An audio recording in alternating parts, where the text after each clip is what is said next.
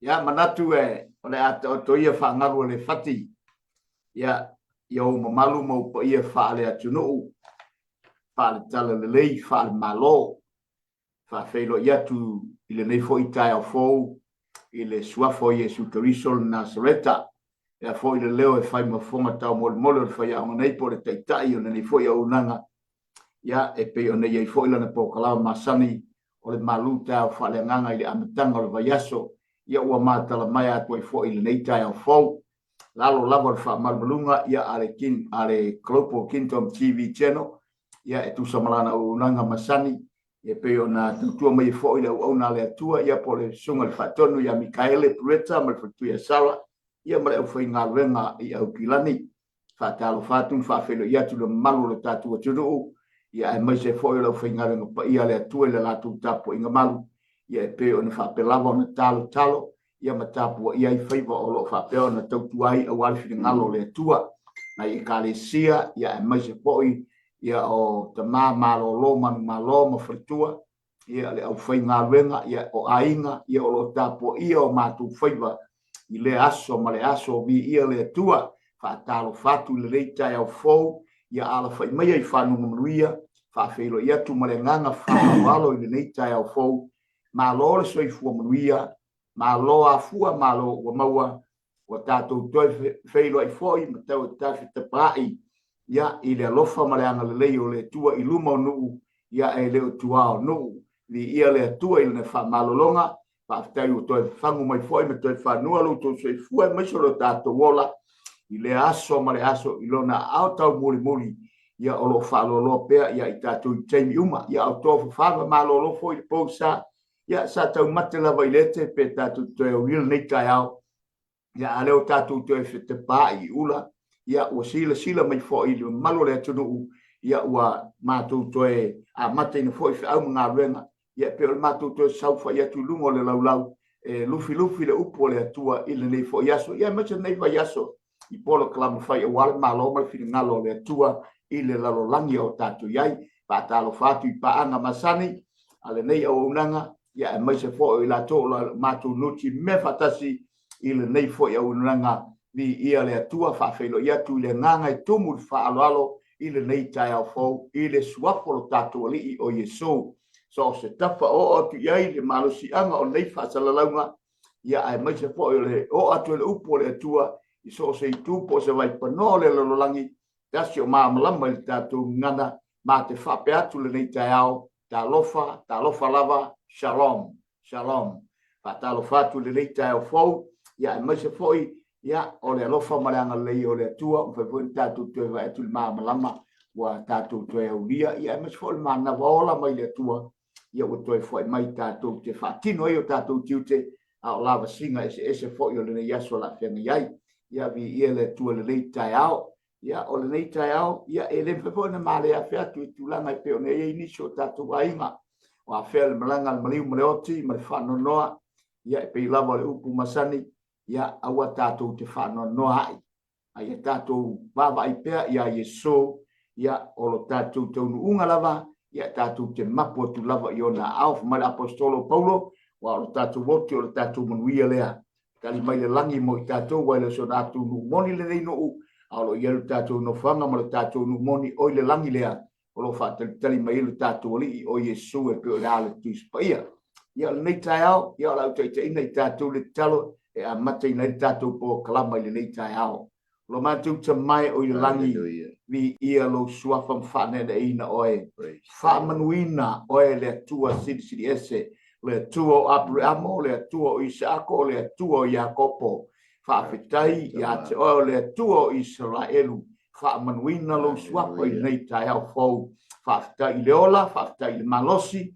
fa i le fa malolonga i le manava fo u matu te manavina le nei o ke sene wa e foi fu mai mo i matu ke ola i fa tino ai o matu tiute a o matu wola i le lalo langi le nei ala watu i lawo fio i lau faunga matu ma no fo i lungo le nei lau la amateina lufi lau upum fa sola u fionga ala i le por kalamo le maluta au fa ingoi nai le atua tawia ina i fa malusi au yo matu loto ta pena i fo i matu le nei aso ma ia fa pe ona matu wa ya tu ia fa mulianga la fa unga nganga pa ia ina ma fa le ina ni o nanga ai mo moli lava la fa unga nganga pa ia fa mi se nganga fa longo ya mai se le tu o la upu ia manga la upu lungo pe au ngalo le ea awa nei fa velveina le li le lo langi ai sao mauri lo fina ngalo ile nei foi tai au le nei yaso atoa ma vala ua tu le ala i lo suapa Yesu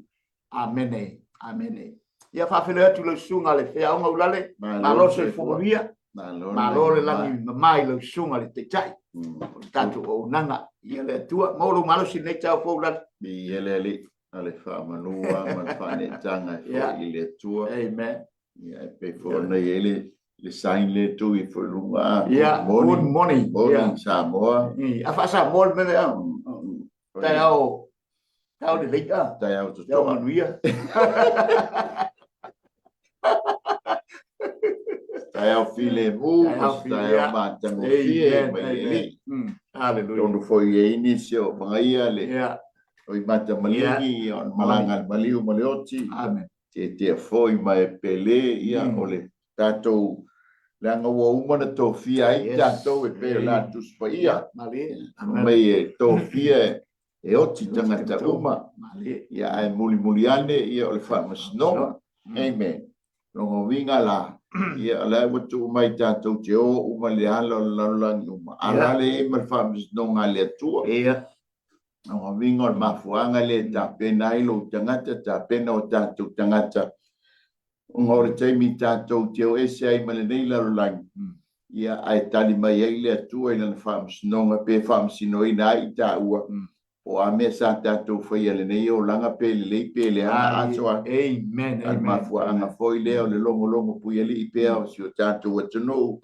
ia na fionga e ta pe nai lo tangata ta pe nai mato nga e te me o mai ai la te mi le amen tato te le so sola ese ai mai tala tu spa ia pe ole fine a fati ngai fai ona sola e se ai tina e fa pena fo ila tu langa le fai ona tato so sola e se ai na ngole awala le tato te feilo ia mo lo tato tu e le langi vi ele le amen o lo tato malu tai au fa le nganga le nei tai au ia na we silani le tato tu sfai tau ia ole salamona e fast fu malfa ia fai mo e ol fai u puetolu ia ale atanto fa soa nei tai ao e fai matanto malu tai ao fa le nganga ia le ale au fai tawina fa pea le tuae wa fa longo matou talinga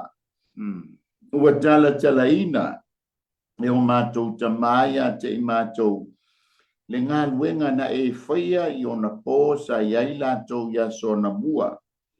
O e lava na e tulia i lo wa ao o no ese a e toto ina i la tau ua e whaati ngā ina fo i anuu a ua e whaatupu tele ina i la tau.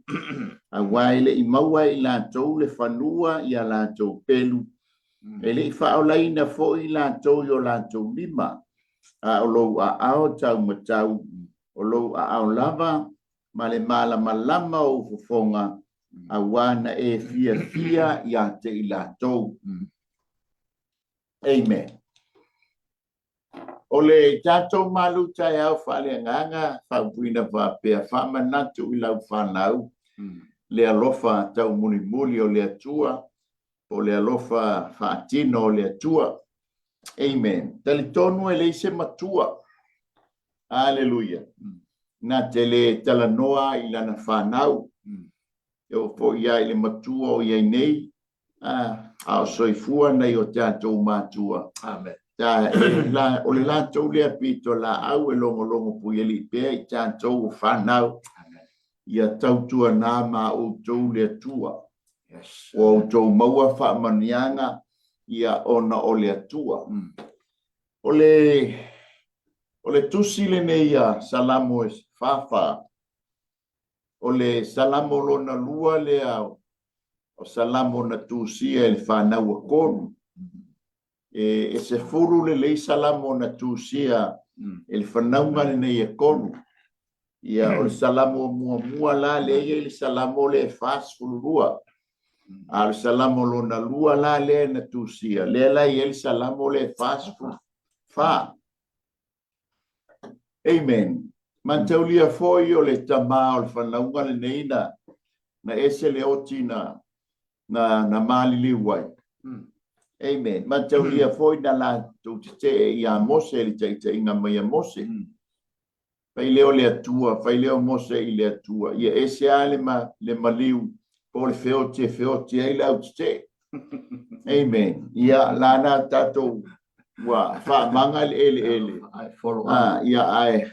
Ele i fai ele elia se lua. Ai na tango mai ale atua. Fa vale ele. Ia ai follow. Say to Lord. Amen. Ele ia be ola ina ile lang. Ai ola ile. Amen. Ole winga la le tala. Ole fanau ele fa lele fa mai ai le salamo o ile no mela e lu fu wono fa sultasi. Pai mai ole fa nau ko ele i mali liu ila tou. Amen. Praise the Lord. Ele se me ola o fo na i tamai te ola fa e matua le filifilinga al mele ali e fa maoni ai lo tanto tua amen o le mafu anga le o le tanto haso le leita e au ma le tanto malu tai au te li tonu fo na wa mangaia le malu fa le tino le leita e au ta pena ine fo le fanau ya fai fo le fanau i a onga o fo le fanau e fe ngai fi au manga reno ia atonu o yele tina ia pol tama ia etape na ina le lua me tawai le lua malu taya fa le nganga ia o le fa fitai le ma le fa manu i le tua amen o le fa naula le tu sia le tu sia amen e pela na tanto baba ia tu ia e tu sal fa fesili le ale mea we to e lofa mai ai le tua ia te ilato o le la tu si mai le fanaunga le akon o lai e ai le wata ita e Yosua le fanaunga Israel le te mile amen fa mai le o le la to mai tau sanga le le tua i le te mina ta ita i mai ai e mose le no se yo mai i le tua oyo la wele ele o amoni mamoapi ia male la wele ele o kanana le vai lua ile sami ula mai tafe o yoritana so alia ele i mafaila na ulu fale mose i tonu o le tamanino ana ulu fale ia mose sa manu ele se fa o la tanga awa fo o le sau mose male tu la fono amen. E ngata la le tu la fono i le tua oyo o kanana ma lau ele o Moab ma amoni. Amen. Le ata manino le fasino mai i le whenga inga fou. Awa le tama le o Yosua, le wingo le upu Yosua o le faola. Alleluia. E ngata la i ina ia sila fia le ele atua. Tatou te le sao i le ola e whaamabau. Ono le tu la fono. E tatou te sao i le ola e whaamabau. Ono lo na alo e ngoa ia Yesu. O le wingo le upu Yesu o le whaola. Amen. Le lawa baba ia tuloa mafua anga le ngatusi e le tusi e le whanaunga lea. O le toe whaamanatu ia latou whanau. Amen. Le ngā nuenga le leia le atua sa fai o o tai mai e mose le no. Le whaua o mai to tonu o le lau ele o kanana. A le whaua vava i atu le whanaunga nei o kasi alofa o le atua. I lana tai inga na lai o na uru fale mai le la tatou te whaitau atu iai soa. Le la e o mai ate i tatou o se maluta e hao whaale nganga i ate oe maa sa moa le fia. O le wha manatu i le whanau o le alofa tau muli o le atua. Na o se wha manatu. e leo se whātonunga, e leo se whāpea matua, sa sai pea, nao se tua lalo, whamanatu i le whanau, tautua nā ma o tau le atua. Nei foi tai au a fai po iai whanau ele i, o ia onga, ni si foi lai le i amata la tau ngā luenga, a tali i tautua nā ma o ele atua, nei aso. Wa ai whawhita hauli ma whaingatā, tau ma mao ma iai, a ia e whapena ona anga le lei le atua i lau ngā luenga le nei aso, anga le lei foi le atua, ia le whenga iai whe au ma ngā luenga. Aleluia. Whamanatu foi le atua a whai foi o, anga i atu se interview le nei tai au, ia po a lava ni me, mawai ngā luenga, whamanatu a tautua nā, le atua e fesoasoani i lo tau whainga le nei asu. I sau whapopo soan. Ia le atua, ia aro mo na soa i sunga le tita. Mania le ta whai taulea e ta te tala noa i ulale a mai se po le ta o nanga por kalama foi a whafonga le atunu. I le thing foi po le au i le ta tala noa, maluta o whalenganga. Ole au la le te o whamanatu i whanau, le alofa le tua. O manatu natua i le upu le whamanatu tusai, o e tele nei upu e whaawinga i le upu le whamanatu, e le noinga o le taulongolongo, o le whamanatu taulongolongo, toi whawhangu, toi lalanga, toi tala, toi tu lalo pe ona ta o le upu le tu lalo, tu watu i whanau, tu watu, e pei fōna e sao no lare, o le whaiwa po le sa whai e o tātou matua, o tua a ua whape fōna tōwha whai malai, ia ma sanga mai pouli la lātou wholaunga, ia o la lātou whamanatu sa whamanatu ai a tātou, whamanatu i e ui lava ina lātou i loa, o isio matua pe awane i tau o mai le ala sa matu iai, o le ala i le lei, e whamanatu ia wa sa whalongo, karinga ia o ngata matua, matu te le te fia manatu i le mesa matu ia i tinga i mat polonga sa mat ese mesa matu wola mai o tau na mat whanau o apopo ingai na tu mai whanau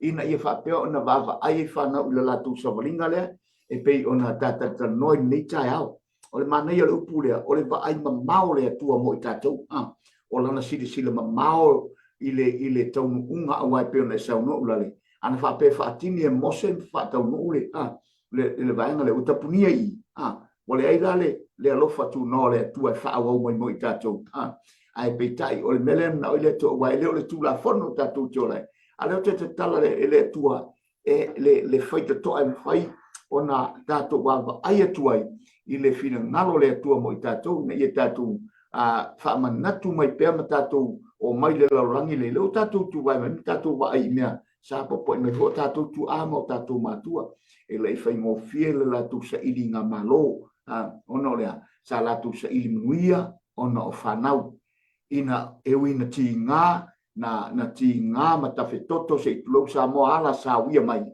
sa ili le toto, sa ili le pule mai malosi, o mene whamanatu mai o tātou tu awane i toi o ia tā latu whanau, ui lava la ina whanole soifua o i latu fo i o tua o whanau ia, o matua ia o whanau ia. Ai peitai, nā lofa le atua na te toi wha continue ina, me toi wha wina e ia, le tūlanga o generation lea, tātou tua wa ia tui, e pei o le whātatau ma fwoi, ngā ma whātatau mo i tātou, o tātou wola, ma tātou masoi fua i le lalolangi nei. Ia, e mwhai tātou wa ia tu whiringalo le tu, po le atonu lon whiringalo le e, ia pe o lausa soa tu le ulale, le tai mo le whāsoa. Ia wa ese ala e whamanatu ai e mātua i ala tau whanau. Ese fo i ala tātou sāwa wali mai e fo i tā ua ia. Moni lau. Ia ese fo i ma nei o tātou mātua ia alo whaafonga mai. Ai ole aunga maualunga ma le manatu maualunga. O le whaamanatu i le whanau. Le alofa tau muni o le atua. Le fo tātou o le nei mai tau. Ia, o le tātou lea foi pito la aua e whai a tātou whanau, tau tua nā ma o tau lea lofa o lea tua. tau tua nā mā o tau le atua, tau tua nā mā o tau aua tau teo ese mai le atua, tau tua nā mā o tau aua tau teo upu male i le atua. Mafu anga le ala inga osi so tau langa yo. Amen. Mafu anga le o le osi, aso umai osi le tau langa yo. O lona manatu ina nei upu vale le whanau pe anga sala le whanau le lato wa male atua. E pe e wha manatu mai fo ia te tātou sole tu uli mea nai whai ai wai taimi e tau ona o fōtou o langa i le li manu o maua le avanoa o wha manatu ia mātua ia te i le whanau a te o tātou o i le tātou tusi whai tau le wha manatu a koru i lana whanau po le whanau ngā koru i lato whanau mua o le wha manatu mua ngai te maua mai ai, wha mai ia pai upulea mua. Lea tuai, wa mātou wha longo o mātou talinga, wa tala ina e o mātou ta mā ia te i mātou, le ngā luenga ua na e whaia i o na pōsa iai lātou ia sona mua. Lea lai wha longo ta mai te, ana whaile le lātou atua.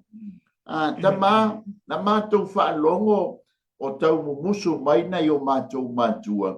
I le ngā te leo le ngā luenga sa e whaia ia te i lātou i ona pōna mua. O le ngā luenga mua la le na whaamanatu, le ngā whaia i le atua, o lea ua whaamanatu mai e tamaiti. Whamai, whaupe lua le banga mua. O e labana e tulia i lo ao o nu esi.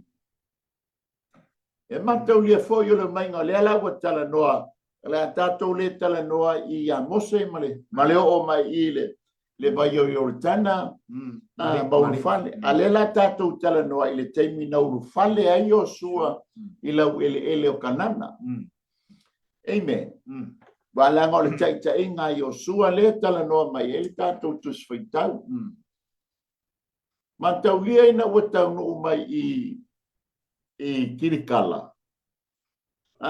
Mana wha mai lole atua. O kei ka penga le au tau e oe o sufa ia mua ia o Jericho.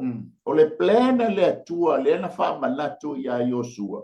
Ia mua o sa whai no ule tonu o le o ngā tonu o Israel. Amen. Le alai whai mai e i. O oe lavana e tulia i lua ao o nu ese. No ese. Ele ngata na turi le tua anga mai mose se tau no mai i le tua o i makana. A le fa wa to e tuli ma tau lia ele ingi peluna.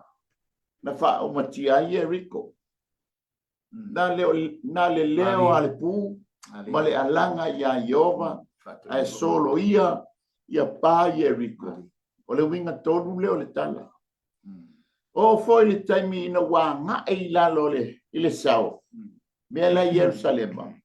E watu foi wa uma na tapena ile atua me uma. Pai ngofia ia Joshua ona manu malo a aine. Uma leo le south.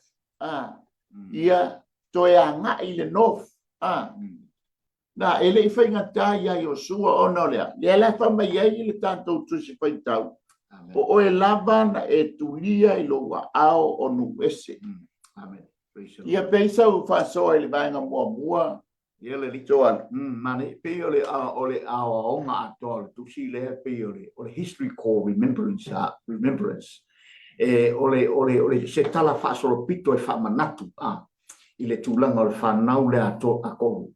I le tūlanga e pe o na iei le amatamataina mai e pe o se toi whamu le pe fo ona e sau no ula le tūlanga e pe ona iei le ao leo le atua na lea na mana tua e ta miti nei e le whanau le nei e tusa matala na whalongo ai ma tala mai o la tūtalinga tūtalinga mai e pe fo o tātou whalongo tātou matusia na matu whalongo tā lofa i o tātou tua tālofa i a mama te tātou toe mawhau iai na tala mai o tātou talinga na tūtalinga mai o tātou tua whapena fo leo te whalongo tamiti pe mai na matu whaalongoa i mele na whaia ele atua. Leo toe manea ile whaswaitau le atua e whaalongo.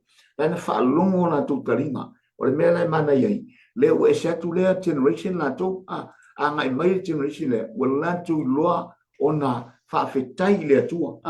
Wala tu loa na watu le nganga whawhetai le atua. Oi olona ao le na mafuai. Ele i whapea na whaamai se malos. Ma se iloa ma se poto. O lato tua a ele na whalongo. Sole, ele ai. Ele ao le tua lena. Lena whai ai mea umai. Ole ele i se sina na whaato i laloina nuia. Whapea le sau fo tatusi. Ele i whapea se malosi o le lato pelu. Ma niani mea na whaangai so lato malosi. Ole atua na tau. E whana e sau nou lane. Ole atua na tau. Na ona ili o pu. Na na whaatino i lato. Mga yoi lato i mena. Ile tua mu. Mga yoi whaine mea. Whaalongo mo stai. Ai ngā yoi mai le atua na te whaataunu wina. Na te whaatuma wina ma vese. Wai vai le me. E ofo ngi ai le atua le tatu te one. Tatu manatu fo la iona po. Tengi o tatu iai. Ile alofa la le o le atua. Tatu te tele to iai le generation lea. Le tatu i generation o whaamanuia mai le atua iai tatu. Au tatu wawa i atu ile lata te mai mari taunu ungo me umo le ro langi nei. Malona ma lo o lata on whaali mai mo i tatu. Ile nei vai tau tatu iai. Ia ola usa so atu le ula. Pi ielele. A whai o iei ngi mea mamafa. A e fo ingi taua. Ma ne whili o tātou whea ngai ni nei vai tau. Amen. O le wha manatu le wha manatu mai ei. E ma whai ai le ao ma losi o le atua na abi ese. Ni taua o tātou whea ngai. Wai tofu ai tātou. Ma taua tātou ti whea ngai le aso, ma le aso, ma le teimi, ma le teimi. Ai tātou ti tālo i le atua. A whaina ma whaia i le atua. I vai teimi o Iosua. O le atua lea. E o mai al teimi le nei o lo soifua pe ala. E tali i lau bala. Tali i lau tangi. Tali i lau whaatonga. O ani mea mamafa. O ne ani taua o lo lua whea ngai. O ia lea na te mawhaia. O na ane ese i lo na ao malosi. Ani whawhi tauli. Ia o a lava mea tātou te whea ngai. O ia lava na te mawhaia o na ane ese. Mai a te i tātou. E wha manato tuai a te i tātou lo watua lea. Lea lofa na te mawhaia. Na ane ese ni mea whainga tā. O tātou whea ngai le nei vai tau. Pau ale mea o tātou wala au i an te ia. Whātonga ma whailo i an te ia. Tangi i an te ia. E le tuturi ona whonga ina. E le whaafonga i lau wala au. Lona lua. E te maua le whai upule lua i lona vaenga e lua. Na ia toto ina i sara elu i ona lau ele ele. Amen. Ma uma lona ave ese no unei sai tutonu. Bokanana. Toto ai loa le. No foia i loa e Israel. Amen. Leo o ma il vai tau nei. E ia iwa. E o ma il vai tau nei le mata atu le la wele ele le we e Israel nei vai tau. Wa titi. Ale la wele ele na mai ele atua ia aper amo. Lango le tala le atua ia aper amo. O le la wele ele savalia e o ao mo vai. O le la wele ele na oe. Ai ono mo tutu unga fai ngā malo. Le awa baba ia tuai le pumo mo. O le lau ele le iei nei. Ai toi whaafo ia ele atua. Le lau ele ilana whanau. Amen. Le totoina o Israel. E oi lava ina tau mo whai le lalo lange wha umatia lona no. Ai vai na tā le taimi o le atua tasiva wha balu. Ai toi va aia o toi tula i mai Israel. Danga o Israel ui. Sa to toina i le atua se tulou i lona lau ele. Amen. O le mafua anga foi lea tātou lea lava foi. Lea foi wa tātou o mai atu nuu neu tātou iai. Ia, o to toina i foi. La neo wha manuianga i stono le lau ele leo tātou iai. Wa manuia ia tātou whanau. E le ngata i lea. E tātou te tepa i so tātou watunu o Samoa. Amen. Danga na tātou soifua ne ai. Amen. na tātou tutupu ai, e le mawhaiala na ngalo ia i tātou. Sa moa lona nuu, ma lona lau ele, ma ona ainga, langa na tutoina se i tulou, i tātou, i tutono se o tātou watunu. Tātou ol vaenga lona tolu, Amen. pai leo so manatu so alga. Ile fai upu le lua, ile vaenga lona tolu, pamai, na ia whaati ngā ina nu ese. Ele fai ngofie nu, ema vai ho ona ele taimile nei, la tau mawhai atu anu nei ina ia toi o i tono lauele. A ele o se la tau lauele ele o le lauele ele, o le promise a le atua ia aper amo. Leanga o le atua e ou le lauele ele. Ile se lauele ele sese o le lauele ele a le atua. E pule ala le atua, ile whanau, e ande ia le lauele ele. Pefo tātou. O le tātou ala wele ele o Samoa, ele pule tu fua fiti ia matonga. Le ia la ia e fola wele ele o tātou uso fiti, tātou uso tonga. Amen. Ma fua anga fo leo inga ingase tu lau Samoa. Ina wa tātou va ia tu le ato o nei uso saina. Aisea, le anga e pele ia te o ele la wele ele lea. Aisea, le anga na ti ngā hina io nei o tātou matua. Amen. Hallelujah. Na masa ai fo ile toto na yo tanto matua awa lango mau mai tia sa. Ono le la wele ele na la to tinga hina. Ma fuanga le famaya na e fa tinga hina nu ese. Ina ia lango le wa to ina Israelu to tono lo na la wele. Amen. Amen. Ia pensa u fa so ele fa u pale lua so al na ole whamanatu fo i lea o lo whapea o na tanta longo pea ele au whainga renga le atua o ona le atua whamanatu pea i le whanau o le atua le alofa o le atua le ngatala wa umatu Israel wa mawai atu fo i la Israel o le no o le atua e tu mai a te tātou i le ngā renga le atua ma le lalolangi le nei tātou te olai ma soi fuai. A tātou manatu fo i tātou pena sau no la le. I le vine le atua po le mate le atua na to toi ele ia. Ai o tau mawhai le fili e lia i le mea. Tātou wa wai fo po le sau no ia leo o tātou wa me ia le tātou atua. A te loa o le mea lena promise le atua e le mawhai o nā ese mai i le atua e whapena fo i ate i tātou. Tu mauro ngona, tu mauro manatu, tu mau tātou tā ofi. Wa lo fa manatu mai pea ele tai po le whainga renga le atua le lo tu le lafu le atua po le lafu mamoia le atua le lo langi le nei e fa manatu pea i lana whanau le atua le lofa leo le atua sa lofa mai pea ele ngata la ilo na nuu o le memanai e tātou te manatu ai e pepo nei e tusi e tātou tua e te tusi te tu nome e soto ia eleva pea mai i o tō manatu aso le vaupo ma fau ia i te usanga ia o le tupulanga i lea tupulanga ma lea tupulanga a fesili atu i lo tama fesili mai ia te oi fesili atu i lo tama na te tau mai ia te oi o toi ina lantu te fai mai ia te oi ma nei e toi fesili siri tātou o le ale menen e pevo o le ele toi mai ala ngona ia ma toi wha manatu i whanau mai a fesili mai tau whanau ia te utou lan Walkalna e soto te momose asi mo tu fana e pine ma me fa mau ni ai ina ia e ten Rachel ai mai ma fa na ia mai la tu te le ma lama ia a tu musu le ai tato o ma tua ele ngata ne i tai o le kalesia le tua ma le lafu ma moia le tua le la tu mutafa yo le ma tu ngaru fa manatu ma toi tata longo pea ina ia awane i o ese i tātou ai maise le whanau le atua. Whamanatu i whanau le teimina sa sopo ne ai le whasinga le whanau ngā Israel i tonu ai kupito. Whamanatu i whanau. I mea umai ana whamaya i le atua. Whamanatu ai a whesiri mai la whanau. Pipa le teimine a tātou. Tene whesiri mai tātou whanau. Ai mena. O tātou whaimare. E whaamamalama i lātou. Whamanatu i ate i lātou. Le matau tia o le mena sai ai. Ale me leu tatou wa atu ile lofa tau le mule le atu ia i tatou ina o tatou wa atu ile man le mai le tu fa man ia mai ate tatou a tato ia te tono le lalo langi le nei. Ia pe sa usa tu le ulangi. Ia le li. Tai mo le whaasoa. Ole vaenga lona lima tu sa mal fa manatu. Tu sai mal tanto tu sfaitau.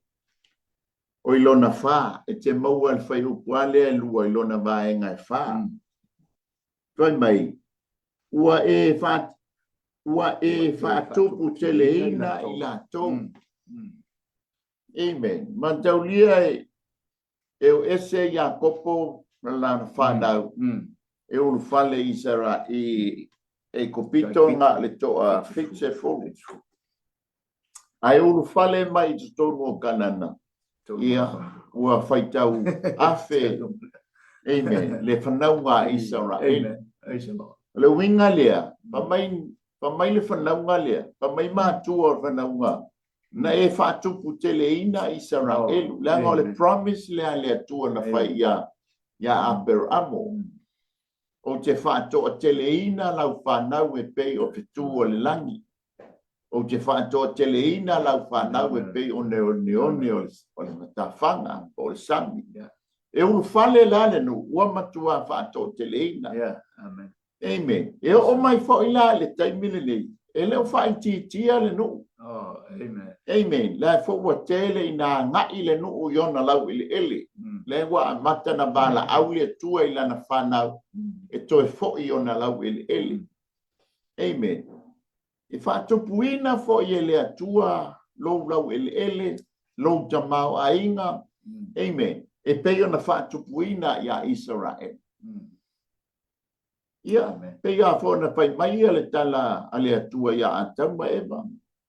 Ia lua whanau, ma ia tupu lau o lola, whaulu o laina, ia ma lua whanau. Lea whau o mai le bai tau le neu tātou ia. Wana mawana ia tātou whanau, wa mawana ia tātou grandchildren, ia mai se foi great, o whamanu ianga ia lea tua o tātou o ai lea tupu langa wha. O le ata le whaato tupu te leina o le no. O le ata fo i lea. Whamanatu a fo i a tātou whanau teimi tātou te tala noai. I teimi no tā. Fo i lea na ta ola mai ai Samoa. I ana tā. Cinco fo i lea le se pa.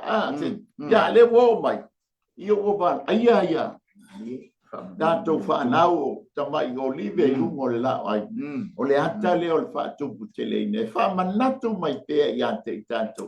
O le tātou wanta foilea ma le tala foilea whamanatu nei a tātou whanau. Amen. O le whamonianga. E nei a whanau a tātou whanau.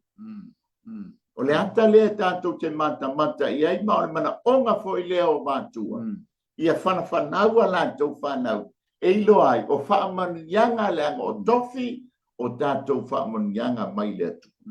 O le vaenga lona lima, e te maua le whai upu le tolu lona vaenga mua. Pai mai, a wā ele i maua e i lātou le whanua i a lātou pelu. Le sao le leia, ele i maua i Israelu, i o lātou lau ele lātou ile, le lātou malosi mo le lātou pelu.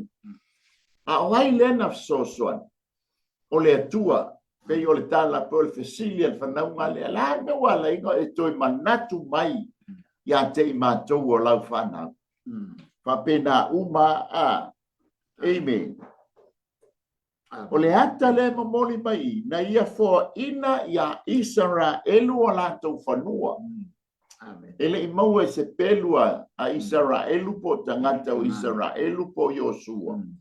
Ai o le plena le atua, na ane ia apero amo, o le whanua lea, o le whanua mo oe malau whanau. Amen. Se i o al tupulanga wha. Hallelujah. O le fōha i fō iwa e maua le nei mai tau. O le whaasoa ma le fōha i mai lea le atua. E le ngata o tātou whanau. O tātou lau ele. Amen. O le le meo e maua i le nei mai tau e mo tātou iai. Aleluia. Whaamanatu le whanau, o le whoa i lea mai le atua. O whaamanianga ia mai le atua. Tātou te le i nofo, tātou whioa i tā vale. Tātou whioa i tātou nofo i whale mautu. O lea, o le whaasoa ma le whoa i mai a le atua. Amen. Leanga o le atua la te whaatoa i mea uma o tātou mātiti vai. E tusa ma le whaula i o lo lava vi i.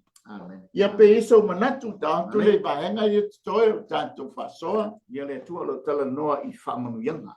Whamanuyanga i o le whanau. E a tātou mata ia i ma tātou wawa aile le i. I le o le tua. I lona no. E a tātou mata ia i le lau tele ma le promise le tua. E le mawhauna lu ese mai i le tua i lana whengainga sa pai. E whaamanatu ai i mātua ia, whaamanatu e mātua ia lantu whanau, pasi mai le sita reisi i whanau, ia nofo māmalama ia, ina ia lantu i loa, ui lava ina malosi Israelu le tawino tau e latu pelu whaamatia whiri. Ai nei manatu Israelu latu malosi ma latu pelu le na lai mafuna mau, ai whaamoe le e mai le tala le whaitau le tate whamai, ele o le pelu ele i whaolaina po i lato i le limo i Israelu i lato pelu. A o le ao, o i le ao le atua. E tau i Israelu, ala e tau whaatasi ma le atua. O le pelu la tau i Israelu ma u le pelu, ala e ue le atua, le pelu la tau ma le atua. Lai, whamai ao tau ma tau, o lo ao lama, ma le lama o fonga. Ia, se va i mele, so soani le atua e whaamalo si ai loto Israel e tauina le taua ina ia lantu iloa la ele whaamo moi lo latu malo si por tala ile ia sel papel e lo fitapita e lo malosi lo peru oe o le nganga o le atua ole mele tatu tiro ai e pona sau no lo tatu i vai temi nei o lo tatu tau musu pe te lingo tatu whanau o tatu vai whaamuyanga le atu e tatu whanau wa hola mai ma tatu wawa ia tui ina ia whapeon tau longo pe a te lato o le tatu te iei i lalo le ao whaloloa ma le lofa tu no tatu watua whaftai fo o tatu maua lava le avanoa mo i tatu au whata pe ina pe a le whanau le whanau le atua i to tono o atu no manu sei o le teimi o le ala amatan whaatastasi toi fo i ali Israel ta ngata o le atua ilonu o le avanoa tele mo i tātou o nu ese ina ia tātou maua le opportunity ke le e mawhaiun tātou papa ia tu ina ia tātou maua whaamanu yanga ia whaiun mawharafole le tu ia Israel o le whau whaole nei tātou o tātou pipi ia i le vine lea o mawhaiun maua fua i tātou whaamanu yanga lea o le whaamanu yanga e mawhaiun tātou maua whatasi ma le whanau le tua e lau sasua natu le ulan ele i whaingo fie le ulu fale mai o Israelu tono kanana i mai taimi le nei o le vai taimi o Yosua praise the Lord le la fa mai ele vaenga le lona ono i te mau e whai upo e tolu i lona vaenga lona lua amen fa mai awa ele i mau e lantou whanua ele i wha o laina fo i lantou i o lantou lima amen o le mānaia ia o le ai mata i le vai tau ma whainga ale malo ese wha umatia le no amen tātou mata fo i ma whai tau ma wha longo le history o le no i taimi o hiti la i ma tau tia fo i le wha o ngā ina i hiti la o le tia polo hiti la i tau ma whai e wha umatia le no amen na o ai na wha ta ape le no ai o le labe ina le e Jehova o le nu. Langa ta ua le nu o le mai mu iti. Ai le ina mate ia pe mate neia. Amen. Le ala wo o mai vai tau le nei. O le labe ina le ale atua tau sanga ta siva fa balu ai abea mamalo. Le wa ova ma le fitu se fulu tau sanga pe o fitu lima tau sanga talu na tuto tasi ia Israel. o ina la be ina mai le no o taimio taimi fainga tau malo na la be i mai Israel na pena fo ya o e ma ni tai au o apu po ngam fainga ta o am fa fi tau le o tatou fenga ia talo ilele ilona au malo sina te la be ina o e ma a be inga lo ainga mo tatou ainga tatou mata tu foi le vai tau le o tau wai le no o le atua a faiana au le atua i taimi o Mose au i taimi o Yosua au i taimi o taita e o ma i taimi le nei e au ale atua i lona no u le anga o lona i o i mata le o lona no o lana kalena foi le lalulangi o lona no o Israel pela ona ia le vaenga lona fitu le fa manatu te mau al fai upale tolu lona vaenga lona tolu na ia fa olaina ila tou po lona nu i lona ao tau matau amen a tau lole ao tau matau ia foi mai i ia nu longa wingo le malosi ato toa ele fa tamala le tua i lana promise po lana folanga po lana whengainga. Amen. Na o le ai o na i mai tau le nei. O le a le tau mawhainga le fili. Le a le tau mawhainga malo e wha umatia. O whea se malo i le tau sanga i tasi iwa o na fitu pa. Se tau e toa ono ia no umana rosi ia na tau. Ai tau ma Israel. Ai uma i fole ono aso. O manu malo Israel. Tau tia le tau alea. 6 days war. Ai ono no umana losi e tua oi na lato tau. Ai uma i fole. O manu malo Israel. Le ngai le o tu mamao le tu o Israel. Amen. E fa pena fo i oi mau. Tatou le ni tai au. Oi o le atali o le atua, oi o le afine o le atua, e le tau mamao lo atua ia te oi, na te whaola, ia te oi me umo tatou whenga iai nei mai tau. Praise the Lord. Amen. Tatou wawa ia tu fo i taua le nei mai tau. Amen. Aua tatou te popole a ia wha ia ea i lunga o tatou, e whaola ina lava i tatou, e tusa ma le promise le atua. Ia te tatou e tusa mana por kalame u fata tia mai tuspai. Ia peisa u fasona fa u matulole tatou manatu muli e tusai ma le tatou malu tai au fa le nganga. Ia le tua malore ta pena malu ko ile sa no. Ni ta mani o se fa malu si au le mo tatou ni tatou baba ai pe ma tatou manatua le alofa le tua mo tatou. Ele ngata wa alofa le tua i ona tangata malona no. Pe ona sauna le sunga te nei ia ole awa tau matau le tua lo ila na mi tono ono o ile tua le no e fa pena fo ila le au le tua ono fa pe ono tau fi movina i tato le tangata fa tua ma le tangata e lo fa ile tua ai power me tato di tu ma wai me tato fa ma lo si e tato to no fa mo ma ia tini lau tato fa mo ma tatou te mawai wha mo o le ola e wha vau. O le tatou wha u whala o tamatele i te tonu i tatou. Awa o le o tatou ka pi atu i le vine le tua. O te o tatou o whanau o le tua. Tau lavala o tatou talia Yesu Keriso o le whaitu toa na o le ana ma le upumoni ma le ola. Le aia se siala i malo o tatou. E te tau o le tatou wala i malo le na o Yesu. E mawhai o le tatou mawai wha moenga wha manuyanga ia.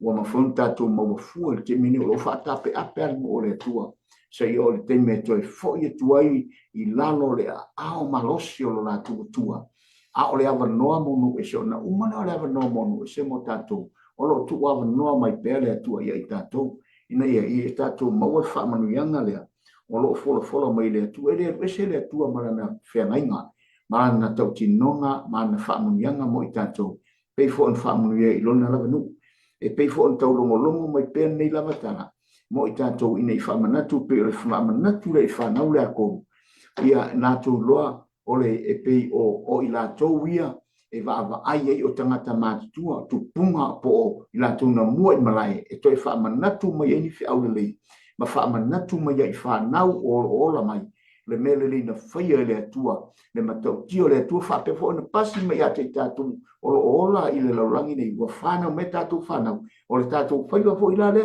wha manatu tātou whanau ese le mena whaia le atua toi a whanau o ma uola toi a whanau i le a e wha manatu e lai whanau ina ia wha malo sia malu tau i whanau nei ngātou i loa ai le alofa ma le anga le leo le atua o lo tau muli pēr i lo tō soifua ia e maisha o le tātou wola ia sio manatu leo la le tai o le whasoa ia le o le tātou wha manatu muli tau fo i ma le tātou taimi ka mai le whai o pule wha au o lo au lava ma le malama o fofonga awana e fia ia te i lātou usole au Iova ma ona fofonga o le malama o fofonga Iova na whaapena o na sāwa bali ai le no amen o le malama o Iova na sāwa bali mai ai le no